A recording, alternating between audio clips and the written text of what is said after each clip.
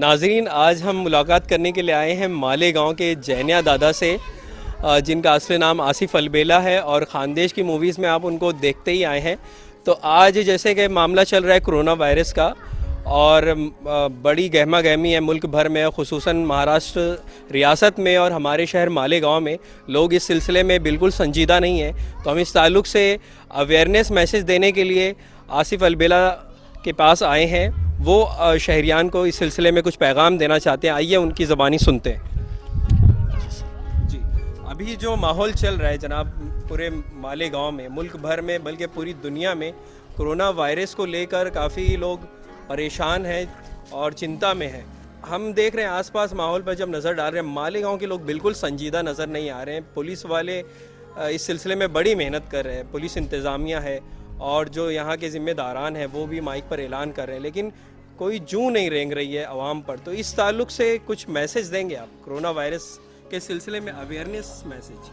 असल में सर बात तो ये है कि ये वायरस जो है, ये वायरस जो फैला है, ये मुझे लगता अज़ाब इलाही है।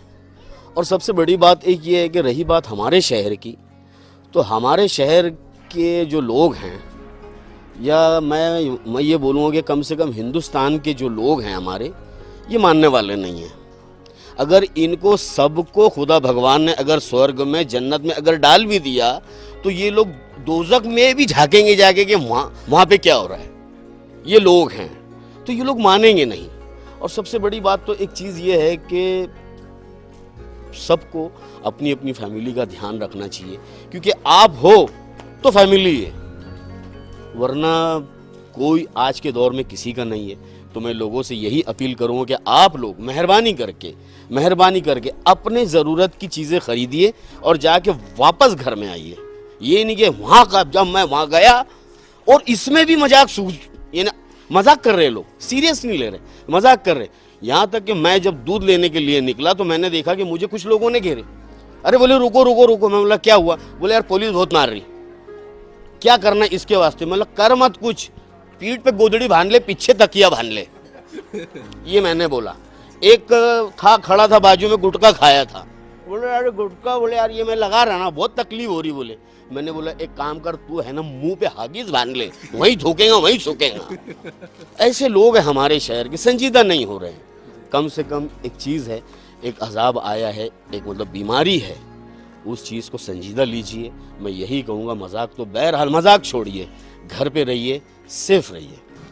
तो बस दोस्तों मैं यही कहूँगा कि आप लोग घर पे रहें, सेफ रहें और हमारे बच्चों पर भी ध्यान दीजिए।